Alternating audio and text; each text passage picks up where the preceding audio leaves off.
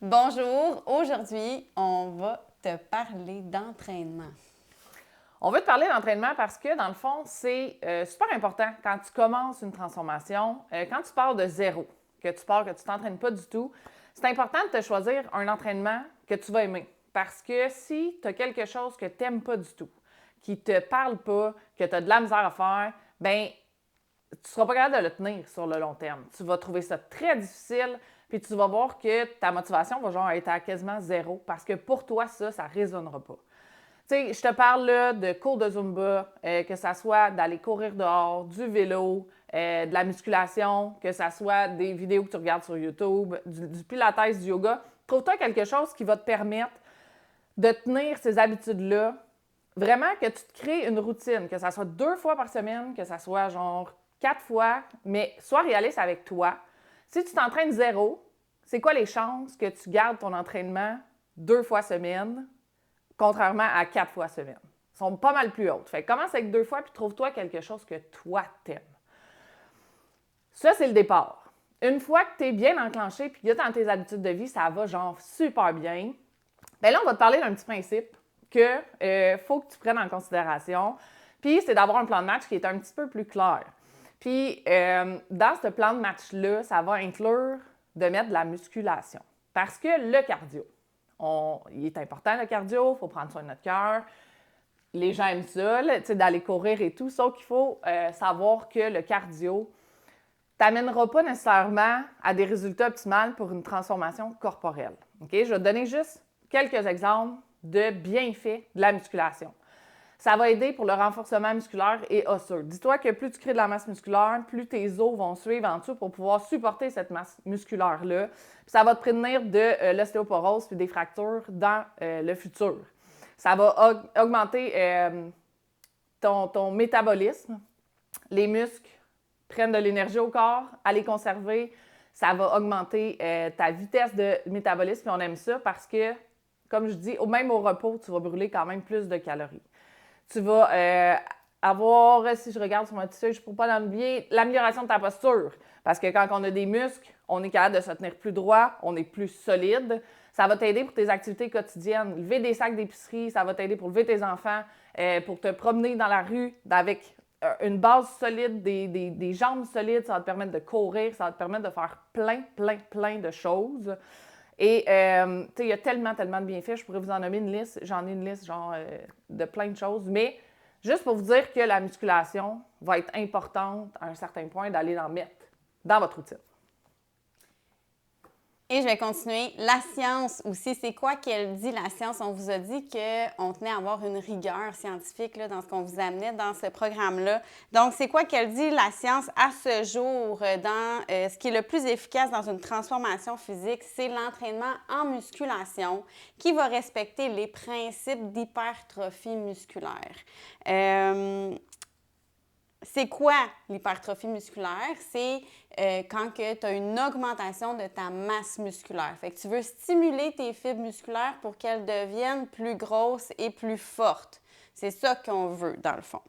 Fait qu'il faut respecter certains principes. Fait que je vais les énumérer ici. Pour les débutants, ce qui est recommandé, c'est de commencer avec un plan d'entraînement qui va être full body. Tu vas recruter tous les groupes musculaires, des exercices qui sont plus fonctionnels, qui regroupent les muscles et tout ça, plusieurs fois dans ta semaine. Ce qui est important, c'est que tu répètes et tu répètes et tu répètes les mêmes mouvements. Parce qu'avant d'avoir une adaptation qui est structurelle dans ton muscle, donc l'hypertrophie, il faut que tu aies une adaptation nerveuse, neurologique. Parce que ce qui fait la contraction musculaire, c'est le cerveau qui s'en va recruter des unités motrices dans ta fibre musculaire. Fait que ce qui fait que tu es fort, c'est ta capacité à recruter beaucoup d'unités motrices dans ta fibre musculaire. Et c'est seulement après que les adaptations structurelles vont arriver. Donc, si tu changes d'exercice à chaque jour ou que tu changes ton programme à chaque semaine, tu ne vas pas avoir ces adaptations neurologiques-là qui vont se faire. Tu ne vas pas avoir assez de répétition et d'entraînement au niveau de tes mouvements. Donc, à ce moment-là, on a moins de résultats. Oui, tu bouges, c'est excellent. Oui, tu brûles des calories, c'est excellent, mais là, ici, c'est vraiment pour favoriser une prise de masse musculaire. Donc ça, on commence débutant, un entraînement, un programme full body que tu vas répéter au moins 3 fois par semaine. Des temps de repos, c'est important. Surtout au début, quand on commence, notre corps n'est pas habitué, le système nerveux non plus. Fait qu'il faut que tes muscles récupèrent, mais il faut que ton système nerveux récupère aussi. Ça y prend des repos. Il faut en donner. Voilà. Si tu fais déjà de la musculation depuis un bout de temps, un niveau intermédiaire, mettons, on peut aller vers des programmes où il va y avoir un split d'entraînement différent dans tes journées. Fait que, tu sais, mettons, on va avoir un push-pull leg-leg ou un push-pull. Quand je dis push-pull, là, push, c'est qu'on va aller recruter les exercices qui vont recruter les muscles de poussée. Fait que pectoraux, triceps, par exemple. Ou pull, ça va être les tirades. Fait que tout ce qui est dos, biceps, épaules. Tu sais, on va vraiment aller recruter, séparer différents splits, le groupe musculaire. C'est ça dans nos journées.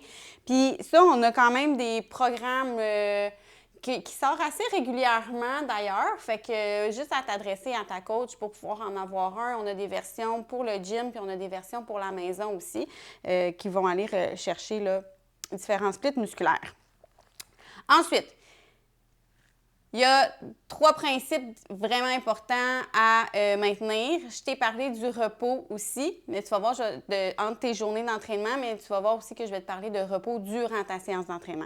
Fait que la première chose que tu dois faire, c'est track tes répétitions et tes charges à chaque entraînement. Chaque exercice, tu veux savoir quelle charge tu as pris, combien de répétitions tu as pris, puis ton temps de repos. OK?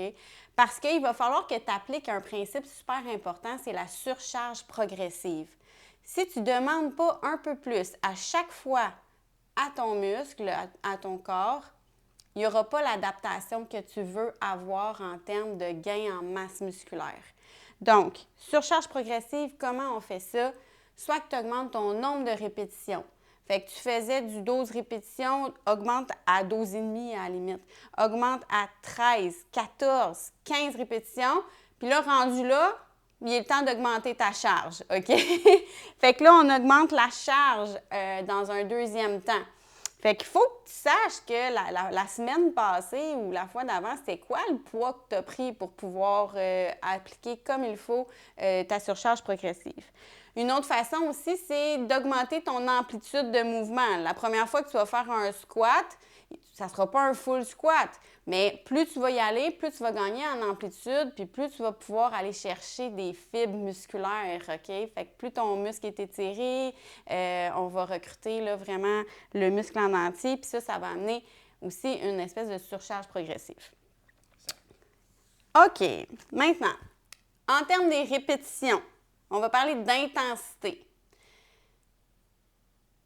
La science, qu'elle dit, ce qui est efficace pour l'hypertrophie musculaire, c'est de se rendre jusqu'à l'échec musculaire. Pourquoi? Parce que ce sont les 5 dernières répétitions avant l'échec musculaire qui sont efficaces. Donc, c'est quand même difficile de se rendre à l'échec musculaire. Ça prend un travail, un mindset incroyable parce que ton cerveau va vouloir te faire lâcher avant ça, OK? Fait que toi, là, tu penses que tu n'es plus capable, là. Mais imagine que quelqu'un s'en vient avec un gun sur la tête puis qu'il dit « fais-en un autre », tu vas être capable de la faire, cette autre-là. Fait que c'est celle-là qu'il faut que tu ailles chercher. Fait qu'il y a comme, dans le fond, une cassure là, qui se passe, mais qu'il faut passer à travers ça. Donc, c'est tough, surtout quand on commence. Fait que quand on commence, on va aller plus chercher des répétitions, on va aller chercher plus du haut volume. Ce que ça veut dire, c'est qu'on va faire plus de répétitions avec plus de séries parce que on veut se rendre justement à cette... proche de l'échec musculaire. Mais il va falloir faire plus de séries parce que on veut avoir le plus de répétitions efficaces aussi. Fait que c'est un petit peu pour ça. Ensuite de ça, si on est plus avancé, on est habitué de faire de la musculation, on veut se pousser puis aller vraiment proche de l'échec, 2 séries, c'est efficace. 2 séries jusqu'à l'échec avec peu de répétitions. Ça veut dire que tu vas faire 6 à 8 répétitions jusqu'à l'échec, mais ça te prend des grosses charges. Fait qu'à la maison, c'est un petit peu plus compliqué, mais au gym, on peut y aller par là. Oui, on peut y aller, on a le matériel pour, OK? Fait que ça, c'est un petit peu là, les principes à respecter. Pour les débutants, on y va plus avec du haut volume. C'est ce que vous allez retrouver un petit peu dans nos programmes d'entraînement. Puis ça fonctionne aussi pour les intermédiaires, là, mais c'est ça, on va aller plus vers du haut volume parce qu'on veut plus de répétitions efficaces. Les repos entre les séries, OK, la science aussi, ce qu'elle dit, c'est que ce qui est plus efficace, c'est d'aller vers des plus longs temps de repos.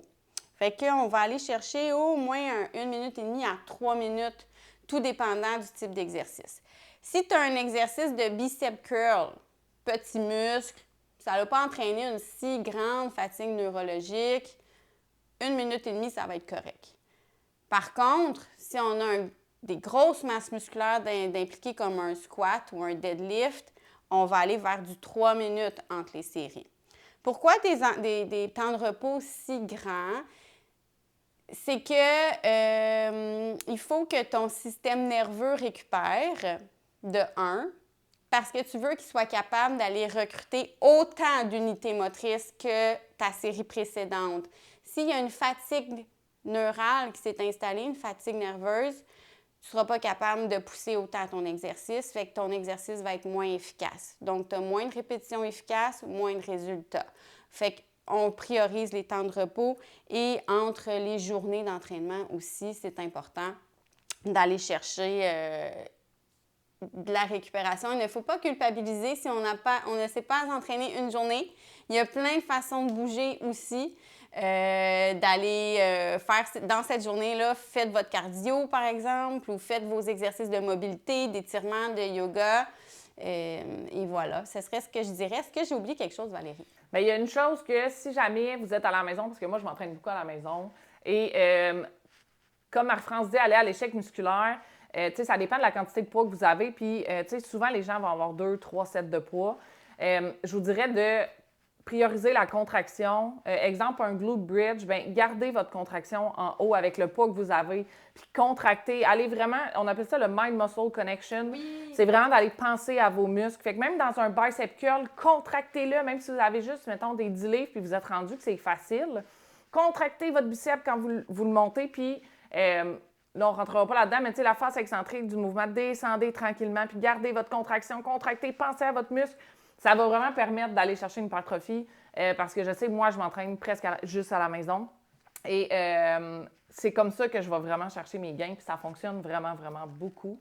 Ouais. Puis, une petite chose très importante que j'ai oubliée pour la musculation, à partir d'environ 30 ans, on commence à perdre la masse musculaire. On appelle ça la fonte musculaire, puis plus qu'on vieillit, plus on en perd. C'est pour ça qu'on dit que c'est si important de garder cette masse musculaire-là, parce que sur le long terme, en vieillissant, on veut avoir un métabolisme actif, on veut avoir des muscles pour nous supporter, on veut vieillir en santé, on veut vieillir avec un corps qui est fonctionnel, qu'on est capable de faire des choses, parce que vous allez vous rendre compte qu'en vieillissant, vous allez perdre de la mobilité, vous allez perdre de l'efficacité à faire juste vos activités quotidiennes. Fait que je vous dirais vraiment de prioriser dans votre vie la musculation. Ça va vous apporter plein de bienfaits. Je pense que c'était pas mal ça. Je pense que c'était pas mal ça. Puis merci d'avoir ajouté le Mind-Body Connection parce que c'est un des principes à respecter. Si tu sens pas ton muscle travailler, mettons qu'on reprend l'exemple du glute bridge, du pont. Moi, je vais le dire en français, du pont. Exact. Pour travailler les fessiers, dans le fond, si tu ne sens pas tes fesses travailler, bien, il n'y aura pas d'hypertrophie puis de gain qui va se faire à ce niveau-là. Fait, ça veut dire qu'il n'y a aucune contraction qui se fait dans le muscle. C'est que ton système nerveux n'est juste pas capable d'aller recruter. Fait que d'où la répétition qui est super importante. Fait que le travail, ça va être de 1, d'aller sentir la contraction et ensuite de ça, de pouvoir progresser les charges. Puis là, ça va y aller. Parce que oui, ça se peut qu'au début, vous ne les sentiez pas. Puis dites-vous pas, j'en ferai pas, je les sens pas. Non, continuez à le faire, vous allez finir par le sentir. C'est juste que votre muscle est probablement désactivé. peut-être que c'est juste Ouais, ça, tout c'est simplement. ça. Puis fait cocasse, là, ça m'est arrivé, là. Tu sais, j'avais des beaux résultats partout, tu sais, des gains en masse musculaire. Puis là, je disais à ma collègue physiothérapeute, je dis, voyons, j'arrive pas à gagner de la masse musculaire au niveau des fessiers. Genre, mes fesses, je suis rendue à 75 livres, puis ça progresse, mais il n'y a rien qui se passe. Mais elle me dit, ouais, mais Marie, tes fesses ne contractent pas quand tu le fais. Ben voyons. Fait que moi, Ouais, tout allait dans, tu sais, il contractait, mais tout allait dans mes ischio-jambiers, l'arrière des cuisses. Fait que, tu sais, là, il a fallu que je relâche toutes mes charges, que je reprenne du début pour vraiment aller faire cette connexion-là. Puis là, actuellement, j'ai réussi à remonter, même dépasser la charge que j'avais, mais là, tout se passe dans les fessiers. Fait que... C'est pas, faut pas dire on est pas bon parce que, tu sais, vous voyez, même Marie-France a descendu ses charges. Elle voulait aller recruter ses muscles. Fait que c'est important de faire le travail. Sentez-vous pas bon puis dire ben là, il faut que Vous êtes mieux de diminuer vos charges, de faire comme il faut. Vous allez voir, ça progresse. Tu sais, c'est quand même assez rapide, là, une fois qu'on a compris puis que notre muscle commence à se recontracter. Fait que, mais oui, ça se peut que vous ayez à faire ce chemin-là. Puis c'est tout à fait normal, surtout au début quand on commence. Voilà.